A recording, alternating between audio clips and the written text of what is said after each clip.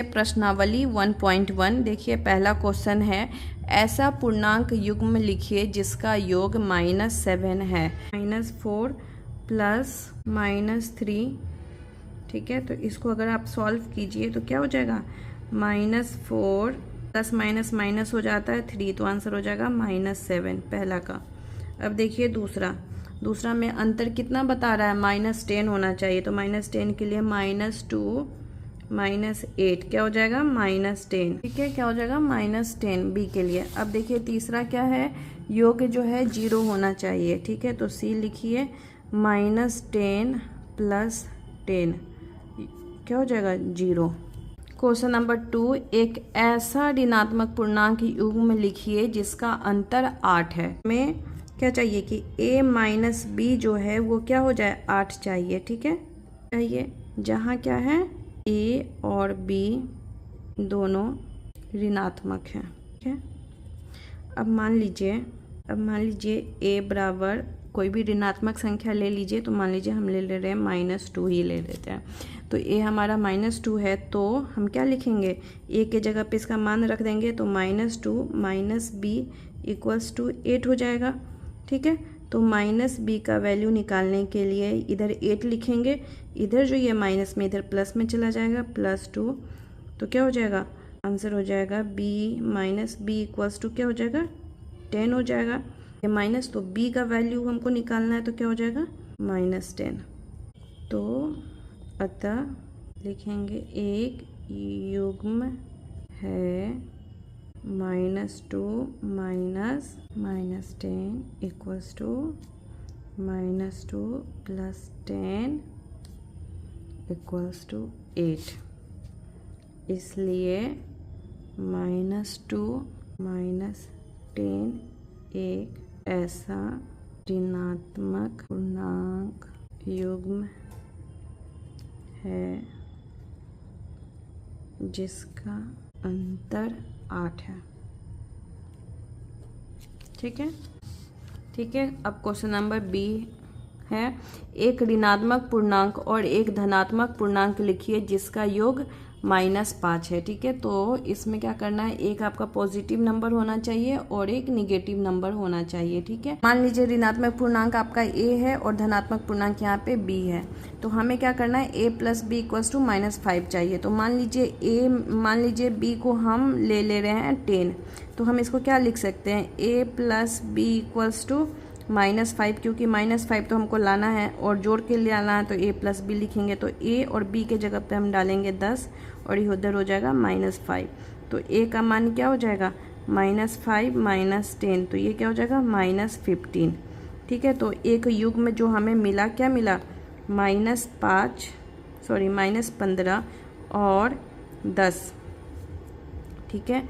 -15 और -10 क्या है, एक ऋणात्मक युग्म है जो आपका क्वेश्चन में है, वो आप लिख देंगे। एक ऋणात्मक पूर्णांक और एक धनात्मक पूर्णांक है जिसका योग -5 है, ठीक है। अब क्वेश्चन नंबर देखिए क्वेश्चन नंबर सी क्या बोल रहा है, एक ऋणात्मक पूर्णांक और एक धनात्मक पूर्णांक लिखिए जिसका अंतर -3 है, ठीक है। तो यहाँ पे क्या बोला जा रहा है आपको, एक a माइनस बी क्या होना चाहिए, -3 होना चाहिए, ठीक है।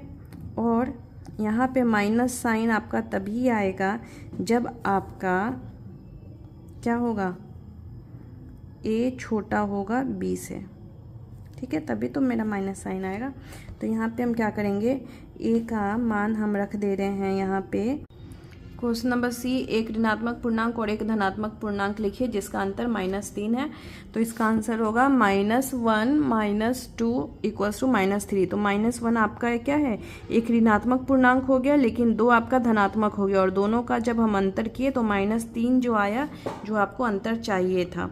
अब क्वेश्चन नंबर 3 देखिए, किसी प्रश्नोत्तरी के 3 उत्तर चक्रों में टीम ए द्वारा प्राप्त किए गए अंक -40, 10, 0 थे और टीम बी द्वारा प्राप्त किए गए अंक 10, 0, -40 थे। किस टीम ने अधिक अंक प्राप्त किया। क्या हम कह सकते हैं कि पूर्णांकों को किसी भी क्रम में जोड़ा जा सकता है। ठीक है, एक तो आपका टीम ए है। ठीक है, टीम ए को क्या मिल रहा है, पहले -40 प्लस 10 फिर 0, आंसर क्या आएगा -30। उसी तरह टीम बी को जो आपको नंबर मिला है वो मिला है 10 फिर 0 फिर -40। ठीक है, तो इसको हम लिख सकते हैं 0 -40 मतलब कि -30। तो टीम और टीम बी ए और टीम बी दोनों बराबर है।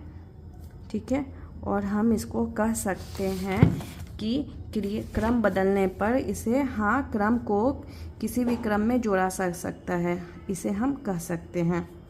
तो इसमें हम आंसर लिखेंगे हाँ, कह सकते हैं कि किसी भी क्रम में जोड़ा जा सकता है। अब देखिए, निम्नलिखित कथनों को सत्य बनाने के लिए रिक्त स्थान की पूर्ति कीजिए।